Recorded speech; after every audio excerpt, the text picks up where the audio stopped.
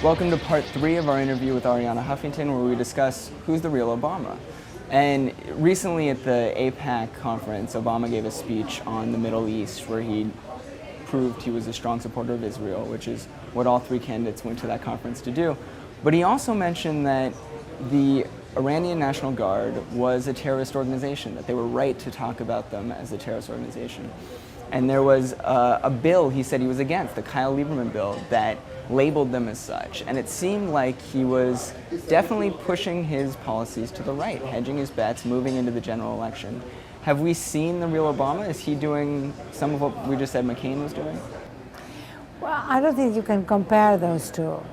Obama is, as he said himself when he won the nomination last Tuesday, a flawed candidate. You know, he has limitations. He's not. He should not be idealized. But right now, there is no question that and the Obama candidacy has already done an enormous amount of good in terms of bringing into the process an enormous amount of young people who had given up on politics. He has tremendous idealism, that is real. You know, you may not agree with each one of his policies, but there is no question that he follows the kind of great George Bernard Shaw line that Bobby Kennedy used to use all the time, that some people look at the world as it is and ask why, and I look at the world as it might be and ask why not. Now that is a central characteristic of the Obama candidacy, and I believe it will be of the Obama presidency. And that's definitely what we'll see in their campaigns. We're going to see this, you know, difference in ideology, this difference in character.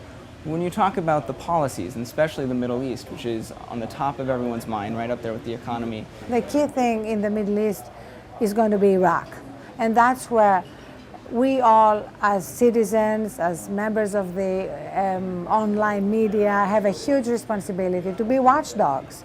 Like there is no room for equivocation when it comes to Obama's policy on Iraq. And do you think the media has been giving him an easy ride up until now? Well, you know, we won't really know until he's in the White House. You see, he has promised that he will start bringing the troops home. That is something which I think we all have a responsibility to make sure he fulfills as a promise, because the American public, remember, gave a mandate to the Democrats in 2006 to start bringing the troops home, and instead we had the surge.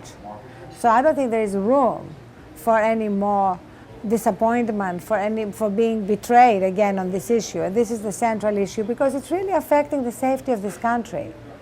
The fact that we're in Iraq means that we are not where we need to be, that we are not addressing the dangers in Afghanistan and Western Pakistan, that we are not spending enough time and resources addressing the dangers of nuclear proliferation. So this is the central issue of our time. And that's where I don't think there can be any equivocation.